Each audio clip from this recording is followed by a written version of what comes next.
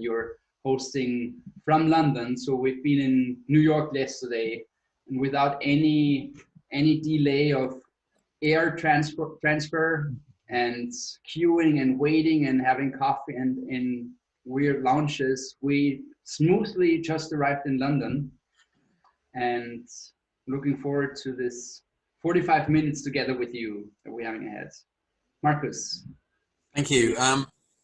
So when Nikki said, could I join this amazing group from all over, I couldn't quite work out what I should really be focused on. So I've sort of had a go at creating a bit of a presentation, but if it looks boring, then just shout and I'll stop and we'll just go on to normal, which is the sort of thing which is very hard to do in real life. Online is very easy because we just sort of put up a screenshot or something and go off and do something else. So I thought, so if it's okay with you, just yell, or Nikki, if you stay online, then you can tell me if it's all bullshit or whatever. Wait, I have to stay here. Yeah, you have to stay. Okay. I'm sorry. This once you have to stay here. I can't wait. I'm every minute. So I'm going to have a go at sharing my screen. But hopefully the sound still works for everybody. If they want to contribute, then I'll just talk. Is that okay? That is perfectly well. So if I press share screen, I did actually create something. Let's see if this works. So that's me. Is that right? That's you. That's, well, yeah, I guess it is. And I'm going to have a go at seeing if this is going to actually work. Yeah. So I'm based in London, in the UK, actually in a place called Wimbledon. And Wimbledon is in the southwest of London, well known because of tennis and stuff. And I live in the Little White House. My neighbors live in the two houses to the right. These two are what we call semi-detached houses, which means they are adjoining another ones. And the people who live here, I don't like. Because they decided to extend their house to the side and to the back, and they built a basement and all sorts of things, and have put down plastic grass. Me, I don't have plastic grass. I just have what I consider to be a cutesy little house. This was taken a little while ago, and I love having foxes and all those creatures running around my house. So my neighbors who put plastic grass, I'm training these little foxes to try and shit on their plastic grass, but they shit on mine instead. And so every so often I have to dig it up and go around. I used to have an office in the centre of London. It was costing me £100,000 a year in rent. And I decided, well, why don't I just build a big log cabin in my garden and say to all my colleagues, if you want to live in a big log, if you have space and you produce a log cabin, and we can work in there. And I'm talking from that right now. So these are the doors, and I'm just on the other side of those doors on my screen. And that has been a revelation, actually, because by having an office where we can meet and we've got sofas and stuff, we have found that the quality of our interventions with each other is much, much greater than if we had sort of like an office, because there's a whole mindset which we found we created. Anyway, so I thought I'd just share with you where I'm from. Just by way of background, I'm 63. I graduated in the UK with a degree in economics. I became a chartered accountant. That's a CPA through Deloitte and then EY. I then joined a group called Stanhope, and I was project finance director. Real estate, I borrowed a lot of money. There were 8 of us in the company, grew to 40. And altogether, I've had a hand in borrowing just over £7,000 million to create whole areas of London. I then moved on and joined a friend, and we set up a software company with 2 of us, grew that to 160. And then a little while after that, I set up Bryanston Square just as a vehicle for me to not have people expecting me to do stuff. later on I'll share with you. I publish as much stuff as I can of interesting people. And I had a stroke 5 years ago, was completely wiped out, and people were saying, oh, it takes about a year to sort of almost recover. But I was scheduled to do a keynote for the National Association of Head Teachers annual conference. In fact, I was the opening keynote in 14 days' time, and I can't stand cancelling things. So I had to regain the ability to walk and talk and move around and get onto the stage and do all that sort of stuff. So I love meeting people. I interview them. I publish it as much as possible. But let's sort of see where the journey, just for fun.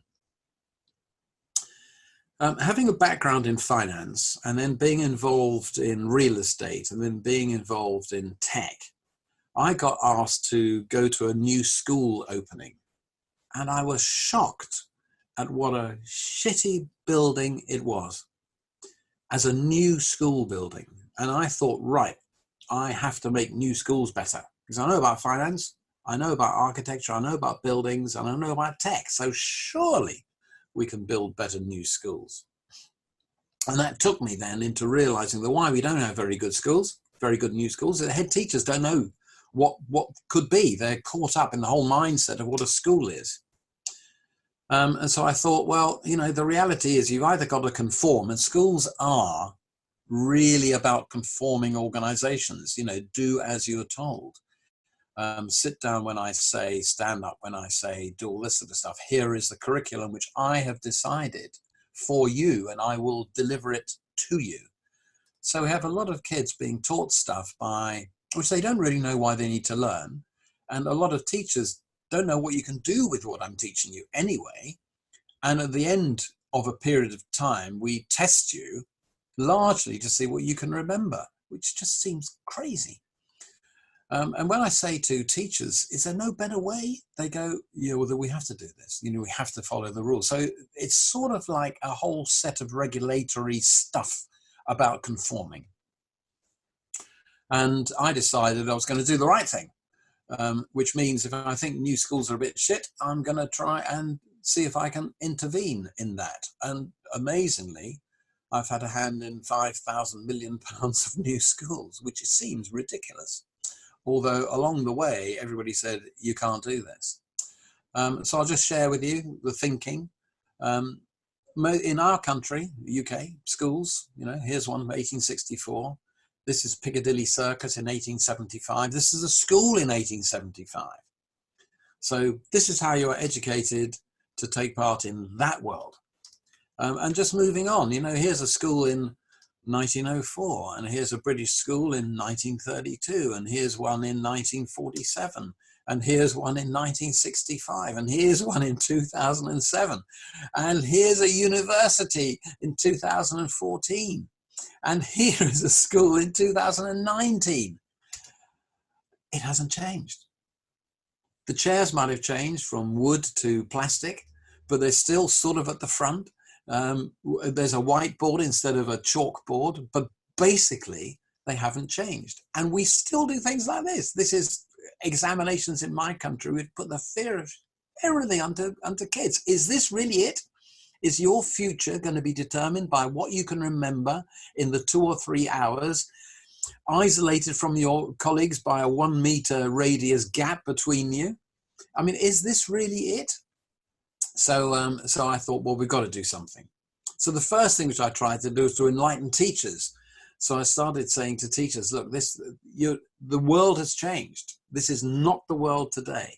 You know, people do call themselves by first names. They don't follow a standardized curriculum. That's what happens. This was just a few months ago in Denmark. But you can see, you know, this is even the teachers are adopting the position of school kids.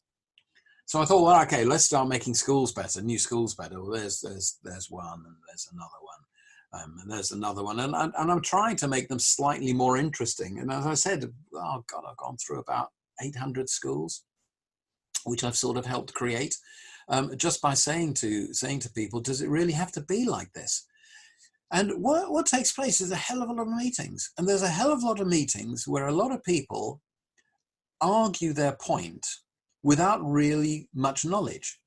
So a lot of people who are school teachers have got a lot of experience of schools. They cannot necessarily make the link between what's a good restaurant and what's a good restaurant in a school, or what's a great theatre and now what's a great theatre in a school, or what's good service when you go into a shop and what's good service in a school. They cannot necessarily make the leap very easily. And when I say, look, if you had to pay as a customer for the lessons which you're getting in the school, would you pay for those? And in a lot of cases, they go, well, no, but I wouldn't, because I'm a kid and, you know, education's provided. So I get lots and lots and lots of meetings. And I got used to having to deal with people who just didn't get it and seeing if I could help them get it.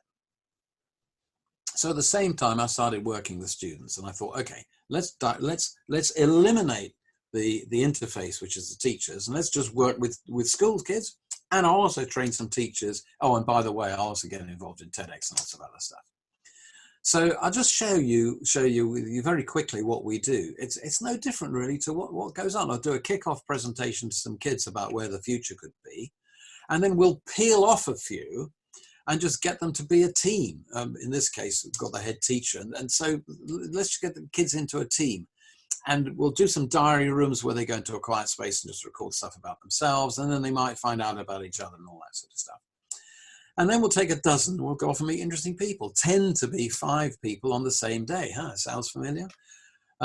So, you know, here's a dozen kids, and we're going, oh, this guy happens to run Google UK. This is another place. It's a startup, and kids just saying, blimey, gosh, our startups like this. You know, I didn't realize. This is going off to see another startup. This is a lady called Olga Kravchenko, who started up a virtual reality organization. I think you might be hearing from her later.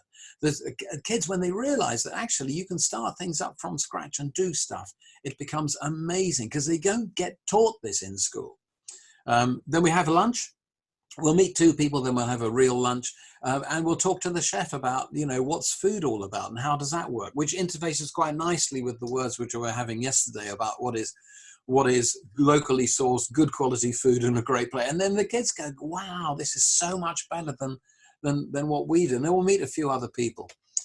And that becomes powerful, because now these kids have met real life people doing really interesting things, and they're not teaching them stuff. They're just sharing ideas.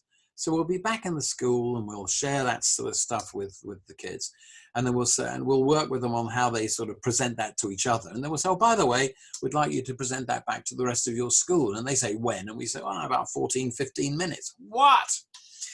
No preparation? No, you don't need to. You've done it already. And what happens when you put kids on the spot with no tuition, nothing at all, but just a passion for what they've learned? They are brilliant. And 2 things happen. First of all, they realize, hey, I can do this. The teachers then realize, wow, how on earth have these kids managed to do it? And I just said, because we're not teaching them, we're letting them explore and discover and being them. It's amazing what happens. And so the kids get a whole new idea about what they're capable of, which they've quite often not had a chance to do, because in a school they're told what to do and then they're tested to see if you've done what I've told you what to do. Here, we don't tell them. We don't test them. We don't do anything. We just say, hey, go present that back to everybody. And they go, wow. And then a little while later, we then find some people very local to the school, because usually we bring people to London, you know, for these experience days. We call them immersion days. But actually it's very powerful. But then they say, oh, well, that's okay for you. That's happening in London. I live in a little village in the middle of nowhere. So we find people close to where the schools live. We do a little bit of work with the kids on how would you have a conversation with somebody you've never met before, who's got potentially a network which could really help you. So we do that. And then we just get them to meet all these people, and each kid gets 4 to 5 minutes, between 4 and 5 minutes, one-to-one with each of our guests, with no preparation, no knowledge of who these people are. So they have to open the conversation and say, so this is me, I'm a student, I'm interested in this, what do you do? And something can happen, and that's powerful when that happens. And then we bring everybody back together, and we see what happened. So here's the data. worked with 100,000 students so far. 2,500 have gone through the Unlock program. 85% of those kids have overachieved. In other words, what their teachers thought these kids would be able to achieve, the kids have dramatically overachieved. I mean, dramatically. The other 15% have sort of just achieved what was expected, which I don't think is bad after 4 days. And it's 4 days spread over 3 months. And when I talk to teachers about this, they say it's just not possible. That can't be done. So that's why I've got all this stuff on video and all this recorded stuff so the kids can see it. And at the end of it, we set them up with a LinkedIn group so they can continue talking about it. They can continue talking with each other and networking with all the people who they've met and all this sort of stuff. Does that make sense? And that's what I wanted to share. And I think what happens is that people stereotype very quickly. We get used to it. So I remember when I was at Stanhope and we were building buildings. Now, I mean, I was spending out of the money which we'd borrowed, close to £100 million a month. And when you're spending 100 million quid a month, 100 million pounds a month, my finance team, first of all, it started off with me, and I was running a 10,000 million pound treasury function on my own, basically in an hour a day, because I was too busy doing everything else. I was just spending 100 million pounds a month, you know? So what I discovered in all of that lot, when I had meetings with lots of different people, we used to have an architect, probably 2 architects and a planner and all this sort of stuff, people stuck to what they thought their stereotype was. And I didn't. You know, I might be finance, but I'm a developer and I'm interested and I'm a person and I've got ideas. So what's stopping people? Even now, if people ask me to introduce myself and say, well, I'm something to do with education, they immediately go, oh, okay, you're a teacher then. No. Well, what are you then? I say, well, you know, I'm just a good all-round guy. I just happen to think that the world of education isn't that good, but I've got a background in real estate and people don't get it. You know, people don't get it. They expect. In the same way as the people who I meet and I interview, there's a great lawyer who I've got a lovely interview with, and she started off in Manama in Nicaragua in a bilingual school, and then she went off to Princeton University to study English, and then she went to Oxford to be an English scholar, you know, teaching English. And then she decided this isn't for me. And so she went to Harvard Law School to become a lawyer. And now she's in London working for an American law firm as an associate partner.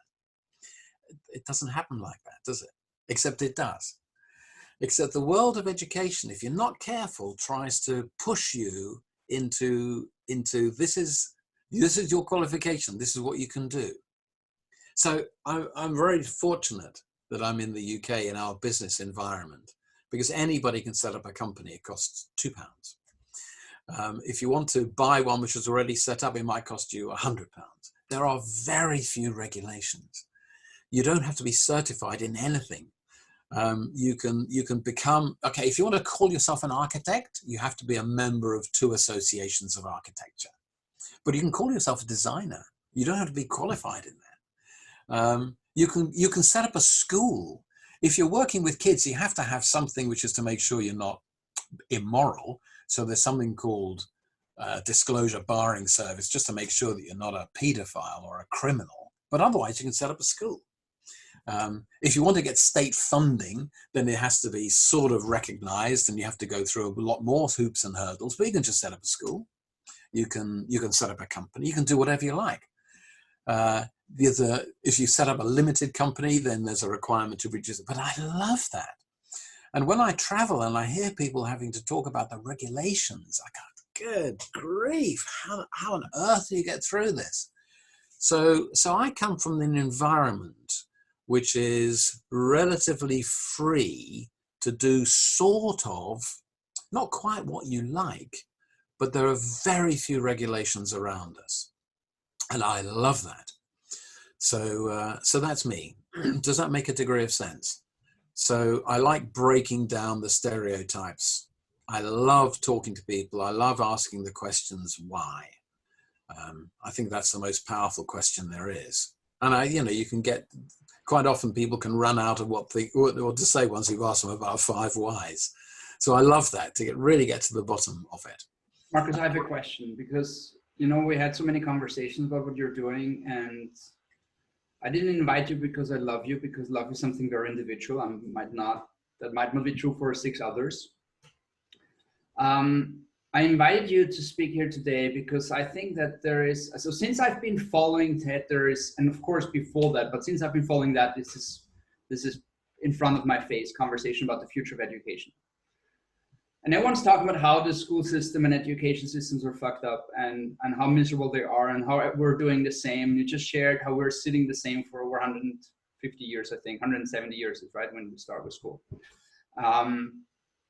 And you're just doing it. It's kind of, why is it that the whole world is talking about the future of education, and there's this one guy in a beautiful white house in Wimbledon, did I get it right, where the tennis thing is, Wimbledon, who has invented 300 schools in his life and more? What's wrong here? What's happening? Well, if you want my view, it's because we are allowing. So let's take a statistical analysis. In my country, we have about 65 million people-ish, plus or minus a few.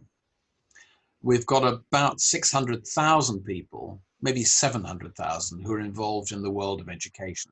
So that is at schools, primary schools, high schools, universities, about 600, maybe 700,000 people. So very roughly, it's 1% of the population. But that 1% generally isn't representative of the rest of the population. And that 1% has got a particular bias in that they've usually all done okay at school. At junior school and at high school, very seldom have the teachers been brilliant at school. They've normally been okay. Not so bad as they've been chucked out, nor are they so brilliant that they've gone off to do something completely different. And invariably, most of them have gone to an okay university. So automatically, they've got themselves into a subset of people who've been okay at school and gone to an okay university. And then a huge percentage have then gone back into becoming teachers. So their journey is school, university, school. Not enough have gone school, couple of jobs, university, couple of jobs, done a bit of teaching, gone back into doing something else, gone back into teaching to do something, gone back into something else, gone back into teaching. And generally, once you become a teacher, you're there almost forever. If you leave, it tends to be a one-way door out. There are very few revolving doors of people doing a bit of teaching, then a bit of consulting, then a bit of teaching, then a bit of traveling, then setting up a couple of companies and doing a bit of teaching, or even doing a bit of teaching whilst also running a company or whilst also doing something else. And so because of that, the very places which we are paying for out of our taxpayers' money or out of your own money if you're sending your kids to private schools, the people who are preparing those kids for participating in society very often haven't got a huge amount of experience of actually being in that society. And as a result of that, is it any wonder that they rely upon what they think are the critical factors of a success, which is tests and exams? And you can see that because I really rate people who have got sparks in their eyes, who've got fire in their eyes, who hold me in a conversation, who really challenge what I'm thinking, who are just interesting people. And they might be interesting because they're reflective. They take a long time to come to a decision, but when they come to a decision, it's really good. There are other people who act instantly on their feet, and they might fire 15 different things and contradict themselves. I like them as well. You know, I don't think there's any right or wrong way to do stuff. Maybe it's the act of being creative, which is important. We don't have an exam in creative. We don't have an exam in being nice. We don't have an exam in being able to make contacts. We don't have an exam in being able to create action. We don't have an exam about actually being able to take decisions. We don't have any of that. Where you're going leads me to a subject that I'm very passionate about, and actually also giving webinars on this, and that's the social skills of social intelligence. How we learn to behave in a way that people enjoy having us around. And very much of social intelligence is related around internal and external status. Internal status, for example, is confidence. External status, for example, is titles. Right? How much university titles do you have in front and behind your name? And from everything that I've read, I think there is something like a common thread of people who try to acquire internal status by continuously undergoing graduations, like attending the next studies, just to acquire one title after the other, to get this internal status of confidence. And of course, you don't get confidence by the amount of titles you have, because the more titles you have, the more you feel like, oh, there's still a lot missing, and you will never get confident. Yeah. I would like to everyone here, and you have also attracted Claudia to join us here. So it's one of the rare occasions where during the session you have more people than the beginning of the session. I would like to invite all of you to share your thoughts and challenge Marcus. Yeah, I could just, I think it's really interesting. I guess educational systems are very different from country to country. I think some countries' educational systems are more traditional than others. So it's more like, I think it's interesting to think about, is there any general things that kind of spark learning, spark creativity, spark conversations? And I think you just mentioned we don't have any exams in being nice. Actually, I think that would be really interesting to have an exam in being nice, because I mean, if you are nice, it kind of, at least in my opinion, it sparks a lot of other things. So it's kind of like a universal good starting point. Yeah. So I would like to have a quick brainstorm. Like, what other subjects would you love to have at school? So one subject is learn to be nice. And also you can put it into the chat if you don't want to unmute yourself and start talking about it. But I think that's a nice brainstorm. Yeah. What would be the subject you'd like to have? Sorry, Peter. That's fine. I want to say something to being nice. It's a critical issue, especially if you look into the genders. Females are kind of treated to be nice, and they should be nice, and we are brought like that. And actually, I think it's definitely, one has to look into that more carefully. Nice. Yeah. Claudia posted empathy, how to teach empathy. Tell us about it, Claudia. What's your thoughts on teaching empathy? I feel like with so many kids, hi everybody. I feel with so many kids having so many, like the whole pressure of growing up, the whole pressure of living in this world, the whole pressure of everything, for them to develop a sense of humanity around them and try to understand the diversity, where everybody's coming from, the divergence, and just to be okay with tolerating. Because from there comes understanding, and then from there comes a point of collaboration where each person's differences are valued. And when, it's almost like chemistry, when you put this and this together, what kind of alchemical process can you like expand through having a positive relationship between people? And so I feel like these kinds of tools are something that can go into whatever the kid is into, whether it be sciences or arts or literature, reading things. Having sort of like the basic tools like this might be very good for understanding the power of collaborations and having like different people joining the same team. How, in a startup environment, for example, you really can appreciate having everyone's differences. And oftentimes tech jobs have a certain kind of a personality that's, you know, a coder has a very type of a personality that's not the social one. They're not, you know, their minds are, they're different, but it doesn't mean they're not human. They don't love, you know, hugs and things like this. So I feel like having this type of a teaching is really, could be quite good. My opinion is that actually there's a lot of unlearning to do for all of us.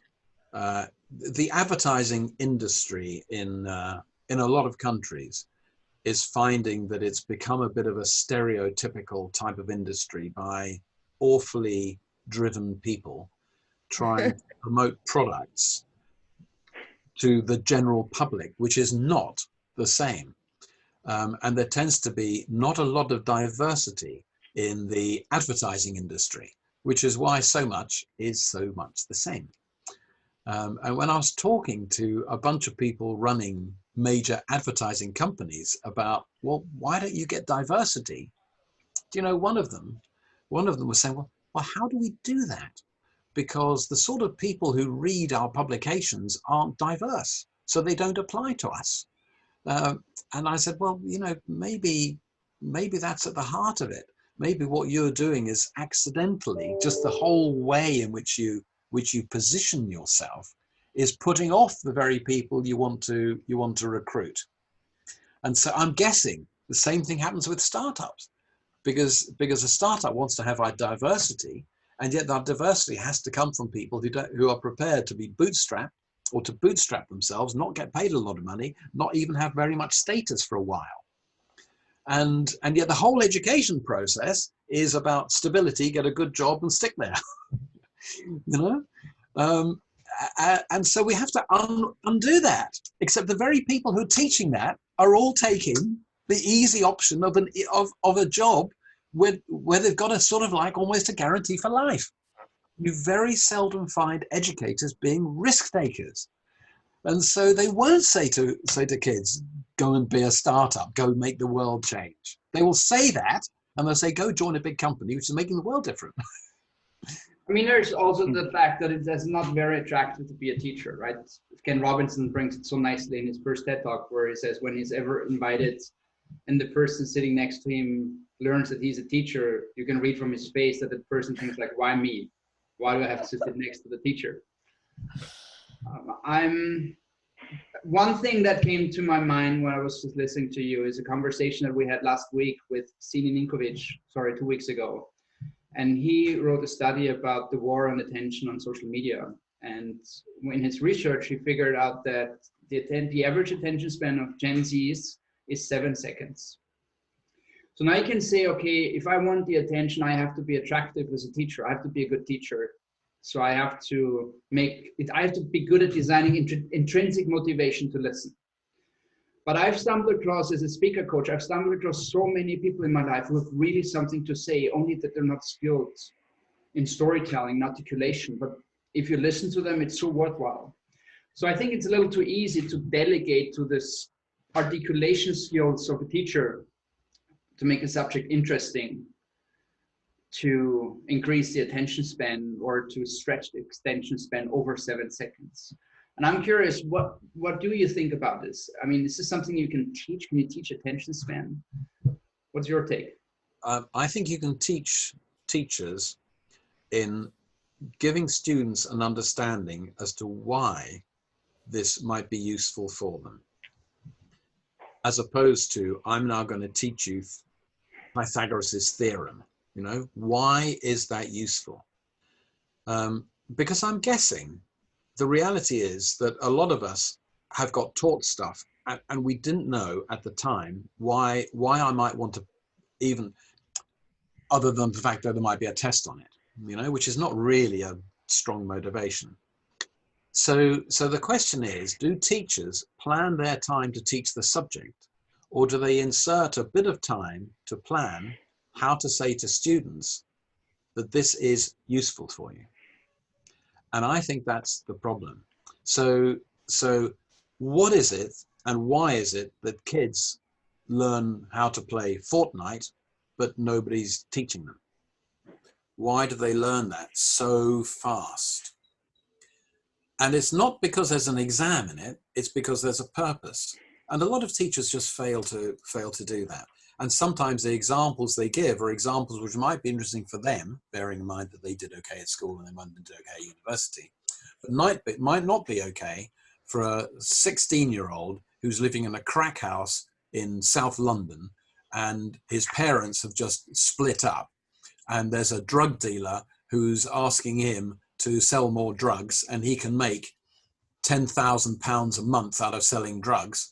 And the teacher's sort of saying, well, if you don't pay attention to this mathematics, you know, you'll become a loser. At which the kid is immediately going, come on, who's the loser here? And I think that's what teachers don't like doing. You know, I remember I was working in a school well, I met some people in a school in South London where there was a lot of drugs around, and I spoke to one of the intermediaries in the drug system. And let me tell you, this guy was really, really smart. You know, he had a whole supply chain. Like, he had to have 2 different supply chains, you know, in case one got shut down. He had to recruit people to be his drug runners, and he had an appraisal and a promotion system between them. I mean, he had everything. It's just he couldn't put it on. I had a word with him. I said, "What? You're running a company, aren't you?" And he went, "Yeah." So why don't you put this on your CV and do a startup? And he said, "Well, how do I put this on my CV?" So actually, when kids meet people, they go, "Wow," you know. As opposed, I think you can't mix up street smart with doing the hard work. And I'm not sure if going into the personality of every individual student in class will actually teach them that there are journeys in the life where you have to go through the mud, no matter if you like it or not. And I'm not sure if school could also be part of taking that into the education role. That right when you talk about the games, right? Sometimes they don't learn the game so fast because they want to, but also because there's a social pressure, because 98% of their peers are in that game and they might be faster at some levels than they are. So they actually have to learn this, even though there might be this part where they're not too passionate about, because they love to stay at the layer, but at the level, but all the others have moved on, so you have to move on as well. So it's also sort of a group pressure there. Do you know? Yeah. I think you're right, Nikki. So many years ago, when I was at EY, I went on a sales course. And the really powerful thing about the sales course, the thing which really hit me, is if you want to be a good salesperson, you don't want to sell anything. What you want is you want to create the environment whereby your customer really wants to buy. So it's not you selling, it's helping the other person buy. So let's go back to teaching. It's not about teaching. It's about creating the environment whereby your student really wants to learn. That's default. Sorry? That's default. Their default setting is they want to learn. Yes. And they want to learn what it is that you want to tell them. Otherwise, they will learn, but they'll learn something else. And it's really funny. There are examples of where it works super well and examples of where it works super badly. The difficulty here is that everybody has been to some sort of school, which means everybody has an opinion. And that means everybody has an opinion based upon their own experience of what works for them. But even in this room, even in this online, we have a variety of different people who've got a variety of different learning styles, a variety of different goals, a variety of different visions and methods and actually values. And so it's quite a trick for a teacher. And I don't think they can do that without knowing their students before they start teaching them. I would like to do an experiment, if that's cool for you, for both of you, and switch gear and turn the last 10 minutes into a conversation, because you're talking about schools that you have built, and we have one guy here in the audience who just built his own school within schools. If that's cool for you, to have a conversation, Marco and Marcus, things you'd like to talk about in front of an audience of a few people. Yeah, I'd be happy to. Thanks. Yeah, I don't know where to start. So first of all, Nick, you said in the beginning, who wants to challenge Marcus? So it's hard to challenge Marcus. I agree very much with everything that he's saying. And we are basically on the phone almost every day right now because we're talking about the moonshot pirates. Maybe just for everyone, so you have a feeling of or an understanding of what we do. With Moonshot Pirates, we encourage young people, currently a target group of 15 to 19, to dream big and to follow their own path, to start working on ideas that they believe in, or ideas that might have a positive impact in our world. And with what we're doing, we're focusing a lot on this topic of personal development. That's also why I wrote in the chat, dreaming big and believing in yourself. We simply, we give them the tools, we give them some experiences where they have the chance to work on their own ideas, and by that gain skills and gain experiences that they might not get at school, in school, and that they will definitely need in the future. And yeah, with Marcus, we're currently working. Well, the thing is, we had a couple of events in Austria, and we were planning a lot of stuff this year already in Europe. But now with Marcus and some other friends, we are working on a global rollout. So the goal is to have our boot camps and our program happening next year all around the world already. And that's quite exciting. So in terms of topics, just to share that as well, as I said, one thing is this moonshot thinking, the personal development part. The second thing is all about the exponential technologies and innovation, and it's something where probably Nikki can relate to very much. And the third part is about taking action. So we label it with entrepreneurship, but it's not so much about writing your business plan. It's more about simply, take everything that you have learned and put it into action. Start working on something that you care about, something that you're passionate about. And by doing that, first of all, you give young people a purpose. They suddenly have something that is theirs, and they seem to be unstoppable in our boot camps. We had one experience last time. There was a girl, she started working on her project. It's basically, it's a 3 days program. The first day they get input, and then we close the day with an ideation workshop. And in the end, all the kids are, I don't want to call them kids, let's call them pirates. All the pirates are super exhausted, but in the moment they have their ideas on paper and they know, okay, this is my idea, they become unstoppable. And there was a girl, she worked till 5 a.m. in the morning. At 7:30 in the morning, 7:30 she was back for breakfast and continued working again till 2 a.m. in the morning. And that's suddenly, I don't know, somehow magic happens. And imagine having that at school or in schools. It's crazy. And we have had so many amazing experiences so far. And now we've also decided that, this 3 days, it's a great starting point, but we want to keep the energy high. We want to keep working with them. And that's why we launched this week, actually, a first prototype, a first test of a long-term mentoring program. Give a young entrepreneur a minute to introduce himself, and we'll plug 5 minutes for what he's doing.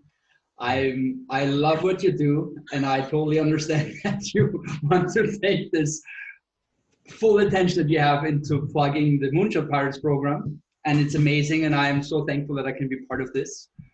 The intention is to keep this a conversation. Marcus tried to chime in a few times, but he's so polite and humble that he let you talk, but I feel like I can be the bad cop here. And I'm sorry about that. No, that's beautiful. It's wonderful, and I'm so proud of you, Marcus. There's so much to share. It's amazing. No, don't apologize, because that's why I'm so keen to accelerate Moonshot Pirates as much. In fact, earlier on today, I was just having a conversation about a group who want to do it in China, and just before that, we had someone who's going to launch it in London. But the question here is, it's not an if, it's a when. So if you go back and we look at what happened in the world of retail, the world of retail has been hit because why have an intermediary between the manufacturer and the purchaser? you know, and the intermediary is what, a stockholder, called a retail shop. So we're starting to get rid of those intermediaries. Same thing is likely to happen in the world which we call education, which is the world of the future against the world of the now. And kids aren't used to making decisions. You know, if I'm talking to a bunch of kids, I'll say, well, let's have a look at the decisions you made. You didn't decide who your parents would be. You know, you weren't sort of like a sperm wondering which egg shall I fertilize. You know, I knew this one, this looks a good egg. You didn't. Your parents, okay, you might have done, but your parents may not have even decided if they're going to have you as a child. They might not. You as a kid probably didn't have much of a say in what your name was going to be. So that's your name. You probably didn't decide where to be born. You probably didn't decide what clothes to wear until you're about 4 or 5. You probably didn't even decide which room in your house or apartment did you live in. You probably didn't decide which school to go to, your first school, or even maybe your second school. You didn't decide which city to live in, or which country to live in, or which language to have. All these decisions were made for you. And in a lot of cases, they're still being made. Now, if I'm talking to a 14, 15-year-old, I'm saying to you, now this is the point at which you can start making your own decisions. So we've got 200 countries in the world. Which one would you like to live in? Huh? You know, if you just take the UK, we've got 1.4 million companies. Which one would you like to join or start up? Huh? We've got 200 universities. Actually, we've got 5,000 major universities in the world. Oh, shit. How the hell are you going to decide? Or are you just going to say, okay, well, it'll just happen? Well, let me tell you now, if I'm talking to kids, it might be worth at least doing a little bit of work to see. There's a little tiny bit. But each of those is a full-time job. And actually, it's your future. And it's much better to live your future, because nobody's ever lived your life before and nobody's going to live it again, than to live what your parents' ideas are of what your future should be, or your own idea because you've seen it on YouTube. And that becomes the real thing which gets kids working towards what could it be. And then when you've got that power behind you, when you've got that real in your head, this is what I'm going to try and do, then all the hard work is put into perspective. I'll just share with Marco. There was a girl who I worked with when I first started this organization and first started saying, let's do stuff in education. She was in a crack house in South London. She's black. She was in care and then taken out of care and put back to her mother, who was on crack cocaine. She has just graduated with a degree, a master's in sports science from University College, Los Angeles. How the hell did a girl who was brought up by a mother who is basically on crack cocaine in a shitty apartment in South London end up with a fully paid science scholarship, not a sports scholarship? She did a master's in sports science, but scholarship on the science area for University College, Los Angeles. How on earth did she do that? She didn't do that because she was taught how to do it, because I would guess that everybody thought that's not possible. And even now, we can meet people and we have no idea what their future could be, but they're probably being prevented from accessing their future just because of their environment. Hey, every day I meet people in big companies in all sorts of jobs, and I can see they don't like their jobs. And I'm saying, well, your life is short. Why don't you get out and do something else? Oh, well, all those questions. Well, I'm paid quite well. I don't enjoy it, but it's okay because then evenings and weekends I can do something which I do enjoy. And if anybody here has ever been on vacation with somebody who hates their job, the vacation's a bit shit, because all the time they're saying, oh, it's nice being here, but in 2 days, 3 minutes, I've got to go back to that shitty job again. So it's probably for all of us to take education into actually how am I going to do the very best I can for me in creating the life which I would like to have, and which and actually the legacy which I would like to leave behind of my very existence on this planet. And that's my motivation, if that makes sense.